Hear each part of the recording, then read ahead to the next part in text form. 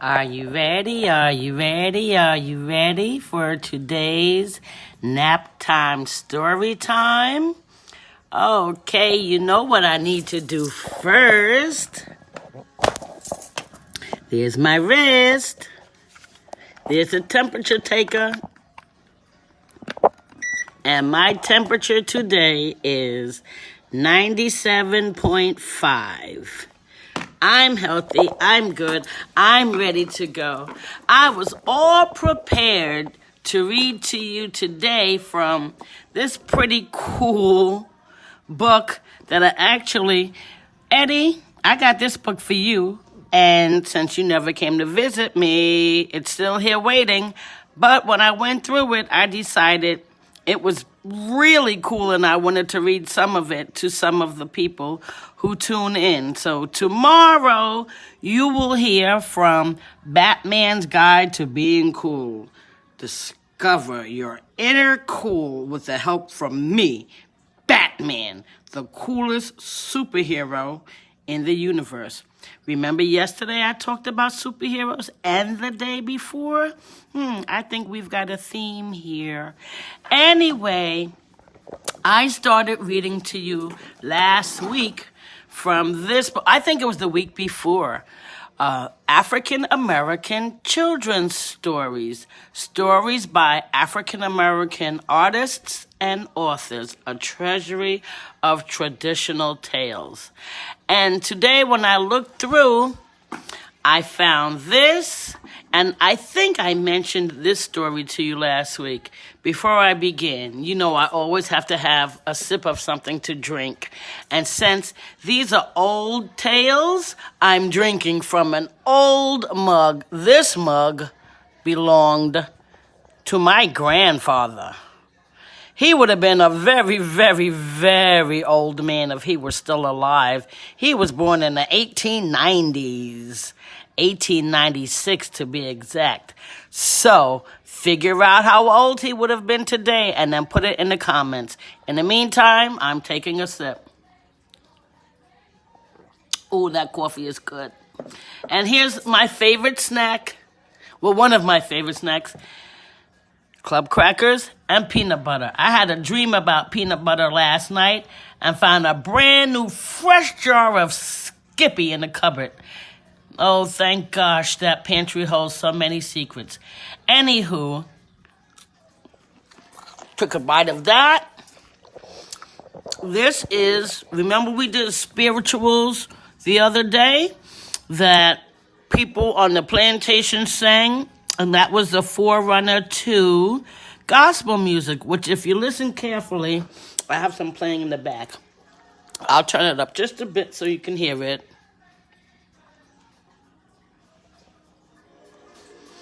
And I'll read these lyrics, and then I'll play a surprise for you from YouTube.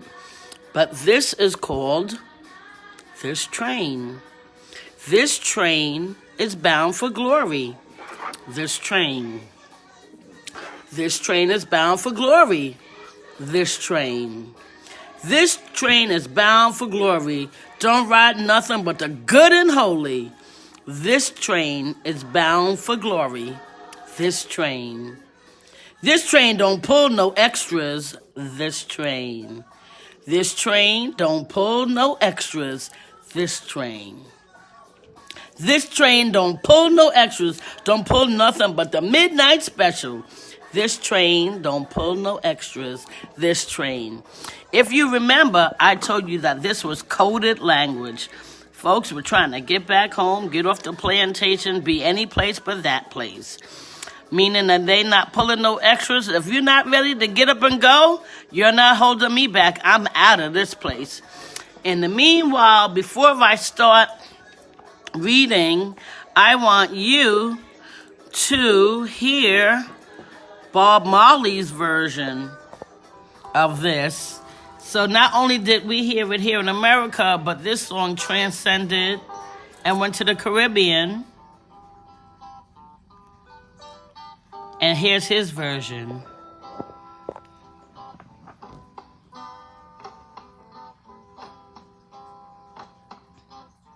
When I was just a kid. Children, my mommy used to sing the song. Now I've grown to be a man. Well, it still lingers deeper than my soul. Lingers deeper than my soul. She said, this train, it is bound to glory. This train, this train is bound to glory. This train, this train is bound to glory. This train don't carry no unholy. This train is bound to glory. This train is on me.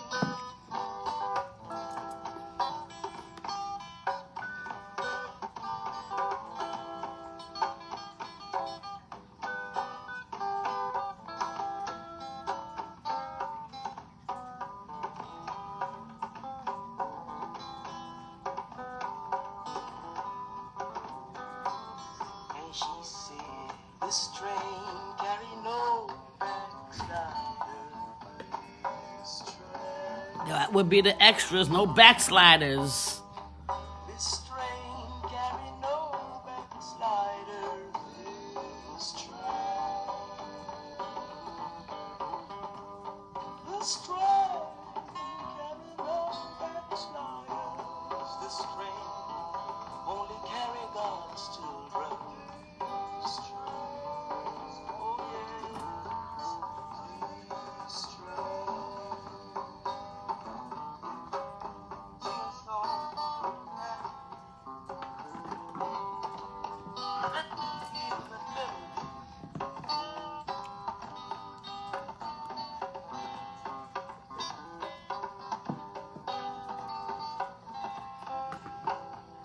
And this train, it is bound to glory.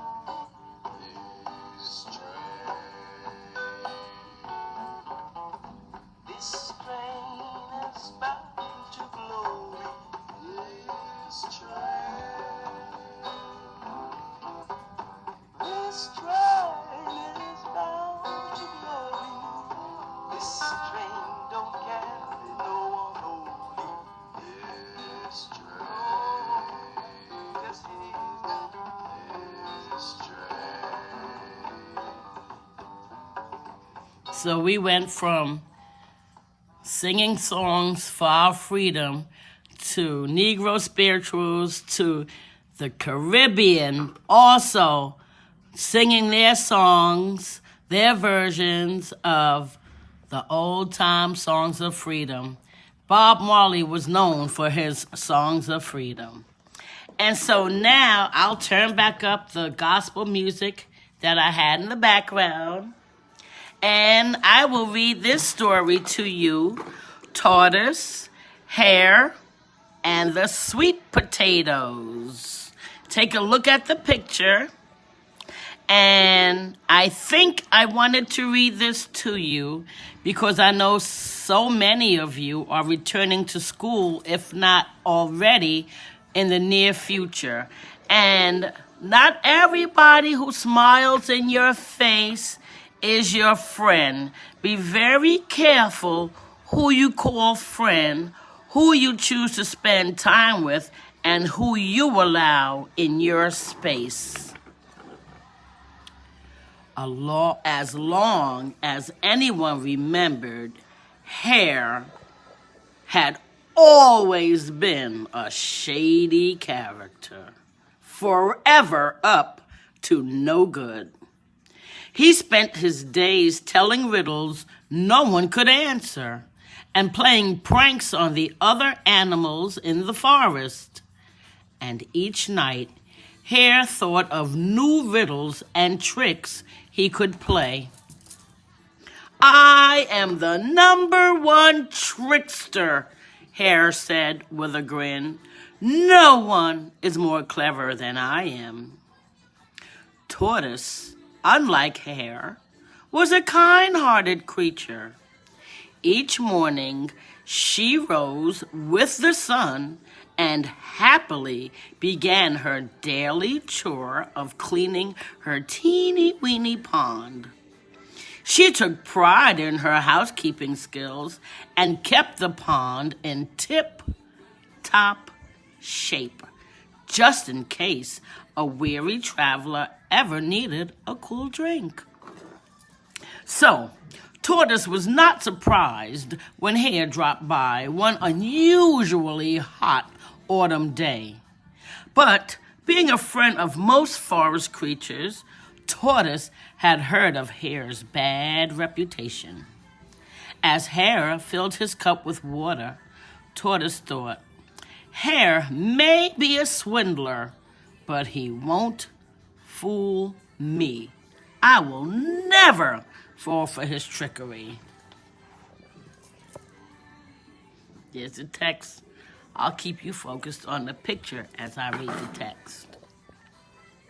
All afternoon, Hare tried his best to trick Tortoise. He told her his most difficult riddles, and she easily answered. This is harder than I imagined, Hare thought, so he tried something new. Miss Tortoise, please join me for lunch today, Hare asked sweetly. Mr. Hare, we're nowhere near your home, Tortoise said, and I have nothing in my cupboard. No problem, said Hare. I know a field full of sweet potatoes ready for harvest. Let's go there. Tortoise knew the field belonged to a mean old farmer. She did not care for the farmer, but still, she thought stealing was wrong. She told Hare she would not go with him. But soon, her stomach began to grumble and growl. When Hare asked her again, she agreed, but with her own plan in mind.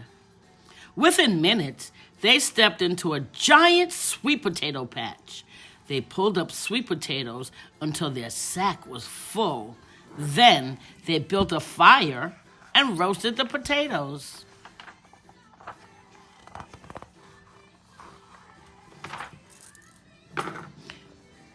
Here's your text. Focus on the picture. As Tortoise bit into a freshly roasted sweet potato, Hare said, Hold on, what if the farmer catches us? Tortoise seemed unconcerned and continued to eat. She smacked her lips and said, this is good. Shh, did you hear that? Said Hare. We should check out the place and make sure it's safe. The two split up and went off in two different directions. But Tortoise knew Hare was sneaky. When Hare was out of sight, she crawled back into the sack to eat another potato in peace. Yummy, Tortoise exclaimed. I'll have just one more. Before she could have another helping, sweet potatoes tumbled down all around her. It was Hare. He picked up the sack, flung it over his shoulder, and sprinted off, hoping to leave Tortoise behind. She'll never find me, he said. Boy, will Hare be surprised, Tortoise thought, as she ate another sweet potato inside the sack.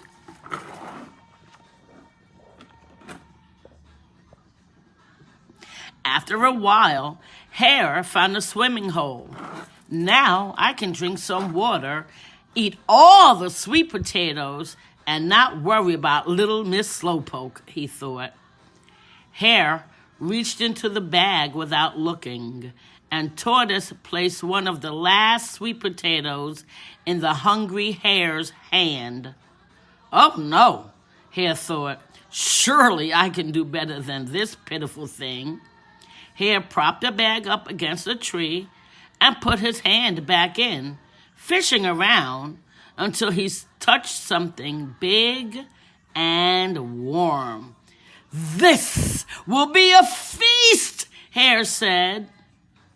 But much to his surprise, he did not pull out a sweet potato.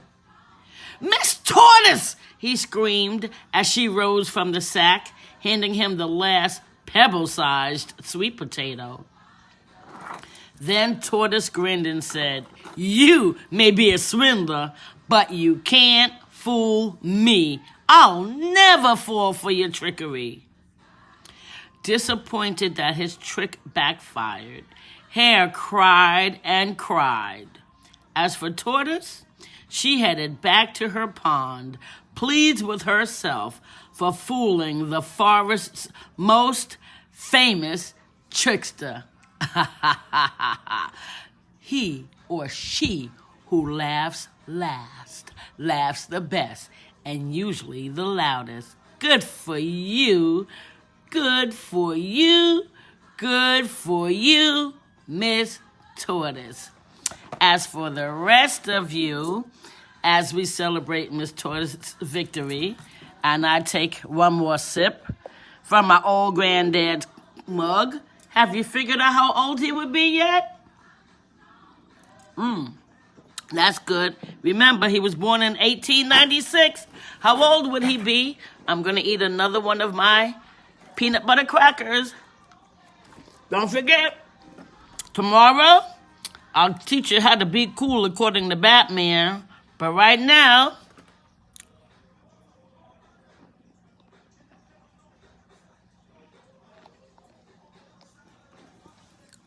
go take your nap.